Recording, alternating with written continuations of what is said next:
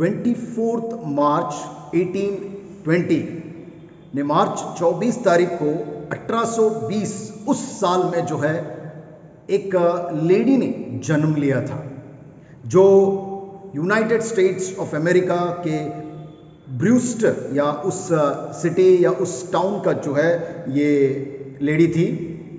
उनका नाम जो है शायद कुछ लोग जानते भी है, फ्रांसिस जेन क्रॉस्बी, जिसको हम लोग फैनी क्रॉस्बी के नाम से भी जानते हैं। ये एक बैप्टिस्ट मिशनरी थी, एक ले प्रीचर थी और एक उसका उल्लेख में लिखा है प्रोलिफिक हिम राइटर। इसका मतलब है उसने बहुत सारे गीतों को लिखा है परमेश्वर की आराधना के लिए। जो हम लोग संगीता पढ़ते हैं, संगीता हम लोग गाते हैं, उस संगीता, उसको इंग्लिश में हिम्स कहते हैं, वो हिम्स में बहुत सारे हिम्स जो है उनके ही हम लोग गाते हैं। बहुत सारे इंग्लिश में लिखा है, उसको ट्रांसलेट करके अलग अलग भाषाओं में भी जो है आज हम लोग जो है उस गीतों को गाते हैं। करीब 9000 से ज़्यादा गीतों को जो है इन्होंने लिखा है और परमेश्वर की सेवकाई में इस तरीके से जो है अपने योगदान को दिया है। अगर आपको पता है कुछ गीतों को जो है मैं आपको बताना चाहूँगा। Praise him, to God be the glory, O gentle saviour, ऐसे कुछ गीतों को इन्होंने लिखा है। और एक फेमस सॉन्ग है blessed assurance, blessed assurance Jesus is mine. ये गीत शायद आप लोगों ने सुना होगा। ये गीत को भी जो है उन्होंने लिखा है बहुत ही सुंदर रीति से। हर एक गीत में एक स्पेशलिटी है। इन्होंने परमेश्वर को धन्यवाद किया, परमेश्वर को स्तुति किया है, परमेश्वर का नाम ऊंचा उठाया। This is not a emotional song. ये बोलते हैं ना आंसू को बहने वाला या भावनाओं के साथ लिखा हुआ नहीं है। ये परमेश्वर की स्तुति में, उसकी आराधना, उसको नाम को ऊंचा उठाते हुए जो है इस गीत को लिखा गया। अगर आप वर्डिंग्स को अच्छे से पढ़ेंगे, उसके भाव को जब आप लोग समझेंगे। लेकिन क्या आप लोग विश्वास करेंगे कि ये लेडी जिन्होंने ऐसे परमेश्वर के लिए कार्य किया, इतने गाने को लिखा है और बहुत सारे लोग इन गीतों को गाकर एनकरेज होते हैं, परमेश्वर की आराधना करते हैं, खुश होते हैं, परमेश्वर की स्तुति करते हैं। क्या आप विश्वास करेंगे कि अगर मैं कहूँ ये लेडी जो है नेत्रहीन थी, यानी शी वॉज अ ब्लाइंड, वो एक अंधी थी, उसको दिखाई नहीं देता था। अंधे होने के कारण, अंधे होने के बावजूद इसने जो है ये सब कार्य को किया, अपने परमेश्वर की सेवकाई को किया और ऐसे आराधना में जो है उसने गीतों को लिखा है। यस, क्रॉस्बी वॉज ब्लाइंड, वो एक अंधी थी, उसको कुछ दिखाई नहीं देता था। इन्फेंसी यानी बहुत ही छोटे, यानी बोलते ना 5-6 महीने की होगी उस वक्त जो है उसकी आंखों की रोशनी चली गई थी, उसको कोई दिखाई नहीं देता था बचपन से लेकर जो है। और उसका पिता की मौत जो है उस वक्त हुआ जब ये सिर्फ 6 महीने की थी। उसके मम्मी ने और ग्रैंड मदर ने उसको पालन पोषण किया और सच में उन्होंने इस तरीके से उसको सिखाया, परमेश्वर की बातों को बताया, क्रिश्चियन या मसीही लोग कैसे होते हैं ये बताया, और उनके जरिए इसने बाइबल को जाना और बहुत बड़े बड़े बाइबल्स के पैसेजेस, वचन को जो है ये मेमोराइज कर पाई, बाय हार्ट कर पाई, याद रखती थी बहुत सारे जो है परमेश्वर के वचनों को, क्योंकि ये पढ़ नहीं पाती है तो इसीलिए जो है देख नहीं पाती है, देख कर पढ़ेगी नहीं, तो ये जो सिखाया हुआ चीज़ है उसको बाय हार्ट करके जो है वो उसको याद करती थी। और उसके बारे में जो है लिखा हुआ है कि she developed a close relationship, उसने यीशु मसीह के साथ बहुत ही अच्छा रिलेशनशिप, एक रिश्ता परमेश्वर के साथ बहुत अच्छा बनाया उसके प्रार्थना के जरिए। और उसके मन में कभी भी इंच पर भी कड़वाहट नहीं आया कि उसको दिखाई नहीं देता है, दैट शी वॉज ब्लाइंड, वो अंधी थी। कोई कड़वाहट, कोई परमेश्वर के विरुद्ध जो है उसने कभी बात ना कही, कभी सोचा नहीं, ऐसा उसके बारे में जो है उल्लेख किया गया है। इनफैक्ट इसके बावजूद कि वो अंधी थी, लेकिन वो कहती थी वो बहुत खुश थी और वो धन्यवाद करती थी। क्यों? क्योंकि वो अंधी है। एक्चुअली वो उसका सोच ऐसा था कि मुझे दिखाई नहीं दे रहा है, मैं अंधी हूं, इसलिए जो है मैं दुनिया या दुनिया का अनेक चीज जो है मैं नहीं देख पा रही हूं, लेकिन मैं सिर्फ परमेश्वर के साथ समय बिता रही हूं। क्योंकि शायद अगर आंख होता तो मैं दुनिया को देखती और उसके मोह माया में मैं भी पड़ जाती। इसलिए जो है वो खुश रहती कि मैं अंधी हूं, कि मैं दुनिया की मोह माया में नहीं पड़ूंगी, सिर्फ परमेश्वर के साथ अपने रिश्ते को निभाऊंगी और परमेश्वर को जो है वो धन्यवाद देते हुए चली। उसकी कमजोरी के लिए उसने परमेश्वर को धन्यवाद कहा और परमेश्वर के ऊपर गर्व किया उसने। इतनी महान ये लेडी थी। उसका यीशु मसीह के साथ इस तरीके से रिश्ता था। एक शब्द को, एक स्टेटमेंट को मैं पढ़ना चाहूंगा, इंग्लिश में है, मैं हिंदी में भी उसको समझाऊंगा। Her devotion to her master is reflected in her words. उसके शब्दों में जो है उसका हम लोग भक्ति को देख सकते हैं मसीह के लिए। ऐसे लिखा है उसने, it seemed intended by the blessed Providence of God that I should be blind all my life and I thank him for the dispensation. I might not have sung hymns to the praise of God if I had been distracted by the beautiful and interesting things about me. वो कहती है कि मैं परमेश्वर का धन्यवाद देना चाहूंगी, परमेश्वर को स्तुति करना चाहूंगी, क्योंकि मैं नहीं देख सकती हूं। शायद क्योंकि अगर मैं देख सकती तो मेरा मन यहां वहां भटकता और परमेश्वर की आराधना में ऐसे गीतों को मैं नहीं लिखती, परमेश्वर की खूबसूरती को इतना अच्छे से मैं नहीं देख पाती। मैं अपने आप को देखकर अपने आप में इंटरेस्ट लेती और इस दुनिया में जो है मैं इंटरेस्ट लेती, शायद अगर मुझे आंख होता तो। इसलिए मैं परमेश्वर का धन्यवाद करूंगी। Wow, what a great statement it is. कितना बड़ा बात उसने कहा है। सच में जो है उसका एक ही इच्छा था कि परमेश्वर के जरिए परमेश्वर की बातों को जो है लाखों करोड़ों लोगों तक जो है वो पहुंचा सके, और उसने उस करके दिखाया। उसके गीतों के माध्यम से परमेश्वर के वचनों को, बातों को जो है अनेक लोगों तक जो है उसने पहुंचा दिया। आज भी उनके लिखे हुए गीत जो है आज हम लोग कलीसियाओं में गाते हैं। बहुत सारे कलीसिया उनके गीतों को गाते हैं। और गीत लिखने का इसको छोड़कर भी और बहुत सारे उसने काम किया है। जैसे वो बहुत ही एक्टिव मिशन वर्कर थी। थोड़ा शौक होता होगा कि अरे दिखाई नहीं देता है कैसे उसने काम किया, लेकिन she was a lady of service, she was a lady of mission. वो सेवकाई करने वाली जो है एक स्त्री थी। वो जो है बहुत ही अपने परमेश्वर के लिए बहुत अनेक सेवकाई उसने किया। एक वक्त ऐसा था कि उसके समय में कोलेरा जो है अटैक किया था उसके पूरे शहर में या उसके पूरे राज्य में। उसको जो है एक मौका था कि आप जो है इस शहर को छोड़कर दूसरे शहर में जाइए। उसका पूरा सुविधा, सब फैसिलिटी जो है उसके लिए था कि वो दूसरे शहर में जाकर सुरक्षित रहे, क्योंकि कोलेरा इस राज्य में बहुत फैल रहा है। तो उसको कहा गया कि आप दूसरे शहर में जाकर आप सुरक्षित रहिए, लेकिन उसने इनकार कर दिया। उसने कहा मैं नहीं जाऊंगी, मैं यहीं पर रहकर, मेरे एरिया में रहकर मैं यहाँ के लोगों की सेवा करूं, लोगों की मदद करूंगी जहां पर मेरी जरूरत है।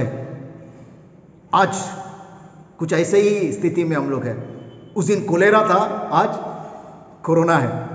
अगर हमें कहा जाए कि अभी यहाँ पर जो है महाराष्ट्र में बहुत ज़्यादा फैल रहा है, तो आप कहीं बाहर जाइए, फॉर एग्जाम्पल दुबई आप चले जाइए, वहाँ पर कुछ सब कुछ सेफ है। क्योंकि मैं एक्चुअली न्यूज़ में सुना कि IPL जो क्रिकेट मैचेस है वो इंडिया से निकाल कर दुबई में जा रहा है। इसका मतलब है वहाँ पर कोरोना की महामारी का भय नहीं है। तो इसलिए मैंने उसको एग्जाम्पल लिया है कि हम लोग सुरक्षित रहे अरब कंट्री में, दुबई में जाकर जो है। अगर आपको ऐसा मौका मिले तो कितने लोग ये कहेंगे नहीं मैं नहीं जाना चाहता हूँ। फैसिलिटी सब कुछ आपको करके दिया जाएगा, आपको उधर जाने का बहुत ही अच्छा सुविधा किया है, तो आप क्या कहेंगे? जल्दी से हम लोग सब बांध लेंगे, भाग जाएंगे उधर। अच्छा काम, अच्छे रीति से हम लोग जो है अपनी ज़िंदगी को जिएंगे और कोरोना से बाप रे बच गए हम लोग करके बहुत खुश हो जाएंगे। कितने लोग अपने ही शहर में रहकर इस कोरोना के बीच में भी हम लोग मदद करेंगे। जहाँ पर मेरी ज़रूरत है, जहाँ पर मैं कर सकता हूँ, हम लोग मदद करेंगे। पता नहीं हम में से कितने लोग ऐसा चाहेंगे, ऐसा सोचेंगे। लेकिन क्रॉसबी ऐसी लेडी थी, उसने यही सोचा कि मैं यहीं पर रहकर लोगों की मदद को करूंगी जितना मुझसे हो सकता है। She refused to leave the city. एक सवाल मेरे मन में आता है, अगर कोई अंधा रहते हुए परमेश्वर के लिए इतने कार्य को कर सकता है, परमेश्वर को इस लेवल तक स्तुति आराधना के गीत लिख सकता है, परमेश्वर को इस लेवल तक धन्यवाद दे सकता है, आप और मैं क्या कर रहे हैं, आपका और मेरा जीवन कैसे है, आपका और मेरा जीवन जो है किस तरीके से हम लोग परमेश्वर को धन्यवाद कर रहे हैं। और एक छोटा सा एक स्टेटमेंट बोलना चाहूँगा मैं, जिसमें परमेश्वर के प्रति उसका प्रेम दिखाई देता है। वो कहती है, अपने कोई स्टेटमेंट में उसको रिकॉर्ड किया गया है, ऐसा वो कहती है, when I get to heaven the first face that shall ever gladden my sight will be that of my saviour. वो कहती है, जब मैं स्वर्ग में जाऊंगी, मेरा जिंदगी खत्म होकर मैं स्वर्ग में जाऊंगी, जो पहला शक्ल मैं देखने वाली हूं, जिससे मैं प्रसन्न हो जाऊंगी, वो किसका होगा? मेरे मसीह का होगा, मेरे उद्धारकर्ता का होगा, मेरे यीशु मसीह का होगा। ये उसका स्टेटमेंट है। आप और मैं किस तरीके से अपने जीवन को जी रहे हैं? आज हम लोग ने टॉपिक लिया धन्यवाद। मैंने शायद वो वचन भी आपने बहुत बार पढ़ा होगा, ಯಾವಾಗಲೂ ಸಂತೋಷಿಸಿರಿ, ಏನಾದರೂ ಆಗಲಿ ಕರ್ತನನ್ನು कृतज्ञता स्तुति ಮಾಡಿರಿ। परमेश्वर का जो है हमें धन्यवाद देना, be thankful in every circumstances. हर एक परिस्थिति में परमेश्वर को धन्यवाद देना है। इसका मतलब क्या है? बहुत सारे लोग मुझसे सवाल किया है, मैं भी बहुत बार सोचता, अरे कैसा धन्यवाद देंगे? हर समय पर ऐसा धन्यवाद देंगे। This is the real Christian life. इसलिए मैंने ये एग्जाम्पल को लिया है, लेकिन यही आज का मेरा वचन है। जो पवित्र शास्त्र हमने पढ़ा, आपने शायद पढ़ा होगा अपने घर पे, जो 10 कोड़ी परमेश्वर ने चंगा किया है, उसमें से 9 गायब हो जाते, एक ही व्यक्ति आकर यीशु मसीह को धन्यवाद करते। और यीशु मसीह सवाल करता है, वो 9 कहां पर है? यस, लेकिन आज मेरा ये सवाल है, वो 9 पता नहीं कहां पर गए। याजक को दिखाने के लिए अपने जीवन को अच्छे रीति से उन्होंने जिया, चंगे तो हो गए वो लोग, लेकिन शायद परमेश्वर के पास वो नहीं आए। लेकिन मेरा ये सवाल है, हम लोग बहुत बार सोचते हैं ना, अरे ये लोग वापस आए नहीं धन्यवाद देने के लिए। But today's my topic is thanks giving next level. धन्यवाद एक अलग ही स्तर पर, ऊंचे स्तर पर, जो एक क्रिश्चियन को, एक मसीह को होना जरूरी है। वो 10 लेपर्स चंगे हो गए, एक आया, 9 चले गए। लेकिन मेरा सवाल ये है, अगर आप चंगे नहीं हुए तो क्या? तो क्या आप धन्यवाद दे सकते हैं? क्योंकि ये अंधी व्यक्ति थी, फिर भी परमेश्वर को इसने भरपूरी से धन्यवाद दिया। उसका जीवन ही थैंक्स गिविंग वाला लाइफ था। आज हमारे जीवन में बहुत कमी घटी है। हो सकता है हम लोग बीमार हैं, हो सकता है हम लोग कमजोर हैं, हो सकता है हम लोग गरीब हैं, हो सकता है मेरा हाइट छोटा है, हो सकता है मैं काला हूं, हो सकता है मेरे पास ये नहीं है, हो सकता है मेरे पास वो नहीं है, हो सकता है कि अरे मैं जो भी कर रहा हूं मैं सक्सेस नहीं हो रहा हूं, हर चीज मेरा नुकसान में है, मेरा घर चला गया है, मेरे बच्चे जो है बहुत गलत रास्ते पर चले गए, मेरा बात नहीं सुन रहा है, मेरे घर पे झगड़ा है, मेरे पति के साथ, मेरे पत्नी के साथ मेरा नहीं बन रहा है। हर जगह पर केओस, नेगेटिव चीजें हम लोग सुन रहे हैं। लेकिन क्या इस परिस्थिति में भी आप परमेश्वर का धन्यवाद दे सकते? आज का मेरा वचन वही है, आपकी कमियों में क्या आप परमेश्वर को धन्यवाद कर सकते हैं? ये सवाल भले आज मैं पूछ रहा हूं, लेकिन आई इंस्पायर, मैं प्रेरित हूं उनके जीवन से, फैनी क्रॉसबी उनके जीवन से। आज मुझे ऐसा लग रहा है कि वो हमसे ये सवाल कर रही है। मैं इतना होने के बावजूद मैंने परमेश्वर का इतना कार्य किया और हर समय पर मैं परमेश्वर को धन्यवाद दिया, ऐसा मेरा जीवन था। आपके पास तो बहुत कुछ है, लेकिन जो नहीं है हमारा ध्यान उसके ऊपर ही है।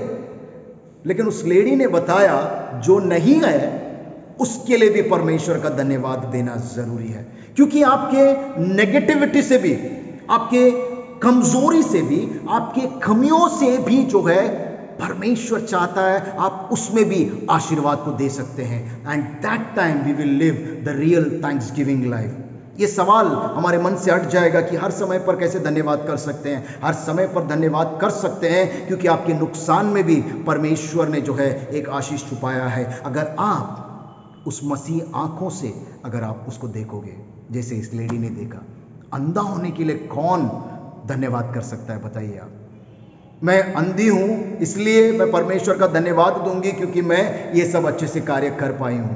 ऐसा कौन कहेगा? This is the true Christian life of thanksgiving to God. आज एक ही बात मुझे समझ में आता है, thanksgiving to God in my shortage, in my short supply. जब मेरी जीवन में कमतरता है, कमी है, कुछ घटी है, उस समय पर परमेश्वर का धन्यवाद देना बहुत ज़्यादा ज़रूरी है।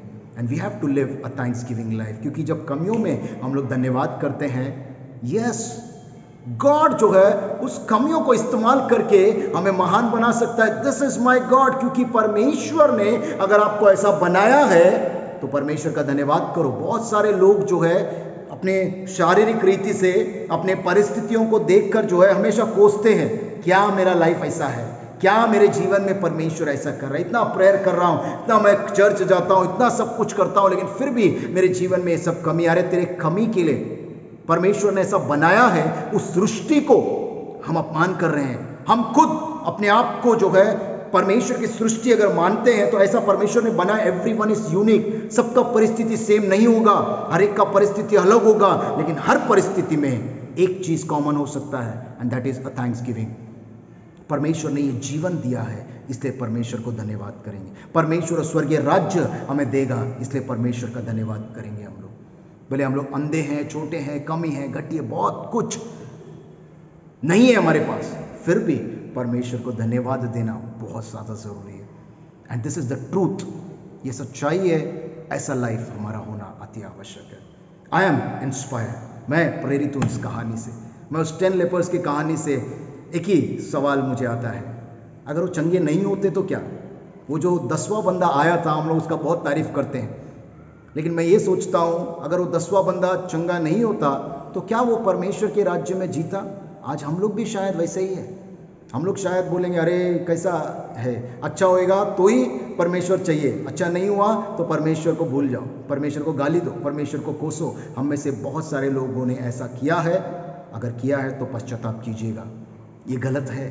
परमेश्वर ने ये जीवन इस तरीके से बनाया है कि हर कदम पर परमेश्वर का धन्यवाद देना जरूरी है। और वो धन्यवाद जब हम लोग देते हैं, वही हमारे जीवन में एक नई खुशी को, एक नए सामर्थ्य को, एक नए ताकत को लेकर आएगा, और जरूर लेकर आएगा। अगर परमेश्वर चाहता है ये कमजोरी के साथ हम जिए, उस कमजोरी के साथ हमें जीना सीखना जरूरी है, और उसके लिए परमेश्वर को धन्यवाद देना जरूरी है। वो कमजोरी ही जो है हमें आगे जाके जीत दिलाने वाली है। याद रखिएगा, अगर आप लोग किसी चीज़ में कम है, किसी चीज़ में कमजोरी है, परमेश्वर उसके जरिए शायद आपको जयवंत जीवन देना चाहता है, नए आशीष को लाना चाहता है। लेकिन ऐसा विजन रखिए, ऐसा समझने की कोशिश कीजिए। एंड थैंक्स टू गॉड, परमेश्वर को हमेशा धन्यवाद देना सीखिएगा। Thank you, may God bless you all.